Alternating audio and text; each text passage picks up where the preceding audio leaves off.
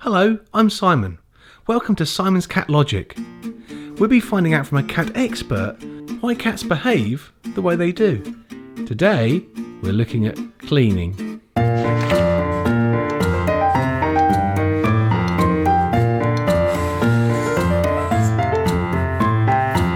Well, I once tried to wash my first cat, Shelley, when I was very young. I was about 9 years old, and I thought she looked a bit dirty, so I tried to wash her, and I would never ever do that again.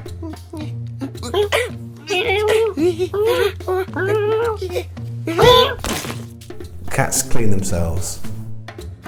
Cats spend about 10% of their waking time grooming. They have a reputation for being fastidiously clean, and they tend to clean themselves when they first wake up. Cats will actually groom in a particular order. If you ever watch your cat grooming, you may notice they always start with the head end, so they will wash their paws to then wash their face, and then they'll systematically work through their body before finishing with their tail. A cat's rough tongue enables them to clean themselves efficiently, and even to lick an animal bone clean. They have hooked barbs on their tongues, and this is really helpful to help them keep their coats clean. It stimulates natural oil production, which in turn helps with waterproofing and insulation, and it also helps to remove the dead fur from their coat. Some cats will clean and groom each other, and this is known as allo-grooming. And they tend to do this if they perceive themselves to be in the same social group. As well as reinforcing social bonds, mutual grooming is really useful to get those hard-to-reach areas, such as behind the ears. It's really useful to get kittens used to grooming from a very young age, so they accept this as part of their normal routine.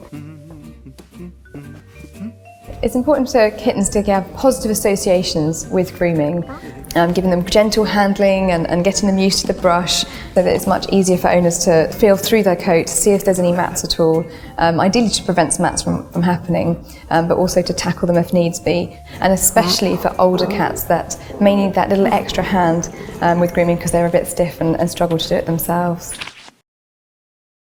There is such a thing as actually over-grooming in cats. So things to look out for is if a cat is regularly grooming the same area repeatedly over and over again, to the point that they're actually removing fur from that section, so they're looking a little bit bald, and some cats may actually break the fur. Now this can be both a medical problem and or a behavioural problem as well, so the first port of call should always be the vet.